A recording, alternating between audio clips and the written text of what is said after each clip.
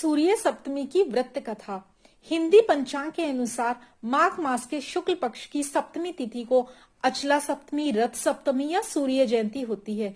इस दिन भगवान सूर्य देव का जन्मोत्सव मनाया जाता है।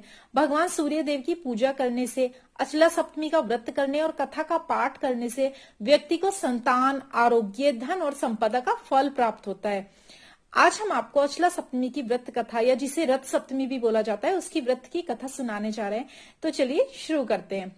पौराणिक कथा के अनुसार एक महिला ने अपने पूरे जीवन में कभी कोई दान पुण्य नहीं किया था।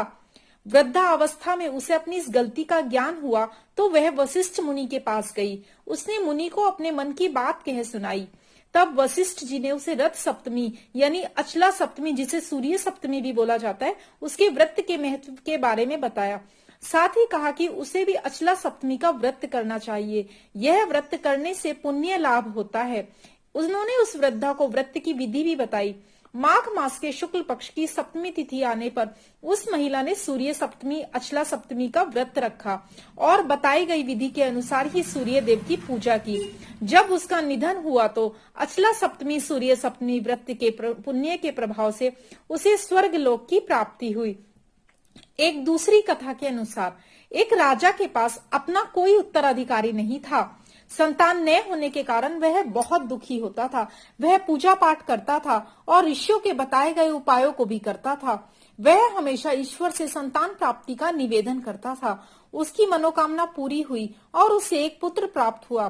कुछ समय के बाद उसका पुत्र बीमार हो गया। काफी इलाज कराने के बाद भी निरोग नहीं हुआ। तब उसे एक संत ने अचला सप्तमी का व्रत रखने तथा सूर्य देव की पूजा करने की सलाह दी।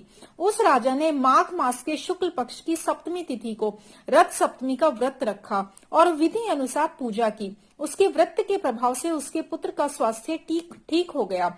उसके बाद उसके पुत्र ने भी राज्य पर अच्छा शासन किया और लोकप्रिय हुआ। इस प्रकार से अचला सप्तमी के व्रत के प्रभाव से लोगों को मोक्ष, संतान, निरोगी जीवन का आशीर्वाद प्राप्त होता है। बोलिए भगवान सूर्य नारायण की जय।